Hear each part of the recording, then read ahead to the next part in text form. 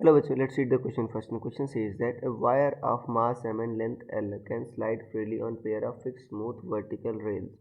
A magnetic field B exists in a region in the direction perpendicular to plane of rails. The wires are connected to top end by initially uncharged capacitor of capacitance C. Find the velocity of wire at any time t after release. Neglect any electrical resistance. Initial velocity of wire is 0. So student सबसे पहले आपको समझना होगा की concept क्या use हो रहा है इसमें.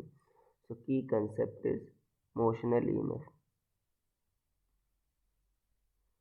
सो की कंसेप्ट इज मोशनल ईएमएफ.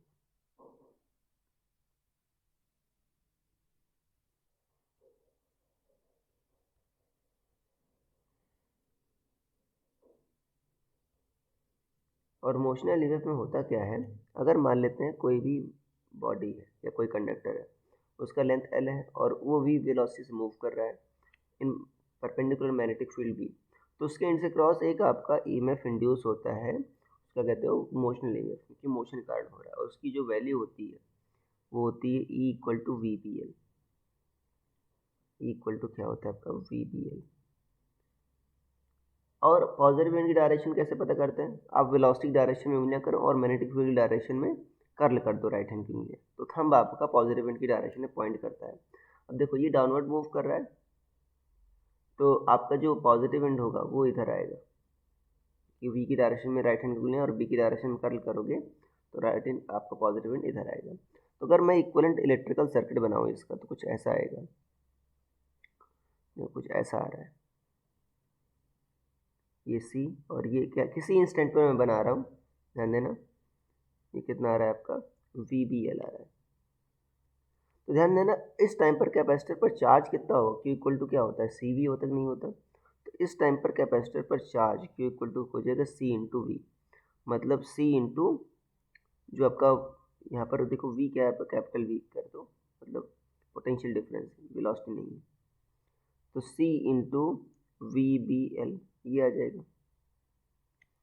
और इस पर देखो अभी क्या हो रहा है कि अभी करंट फ्लो होगी तो जाहिर सी बात है इस पर देखो अभी तो सिर्फ एम जी फोर्स लग रहा होगा शुरुआत में बस.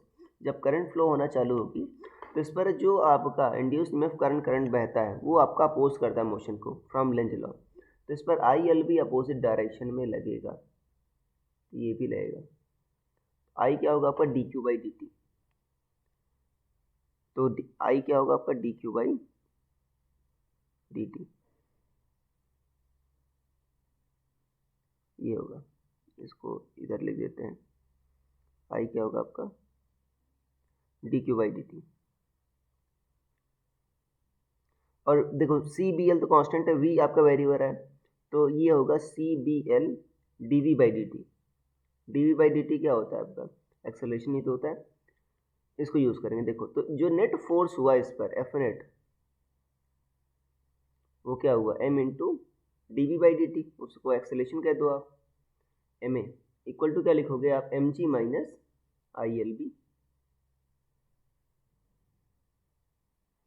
और देखो एम ए इक्वल टू क्या आया है आपका एम जी माइनस करंट कितना आया है C B L into acceleration, ये कितना आ गया इंटू एल बी, ये आ गया.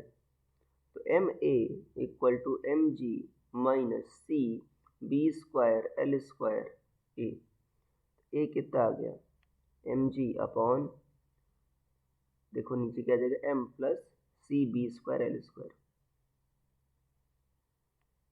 ये आपका ए क्या आ गया आपका इतना आ गया.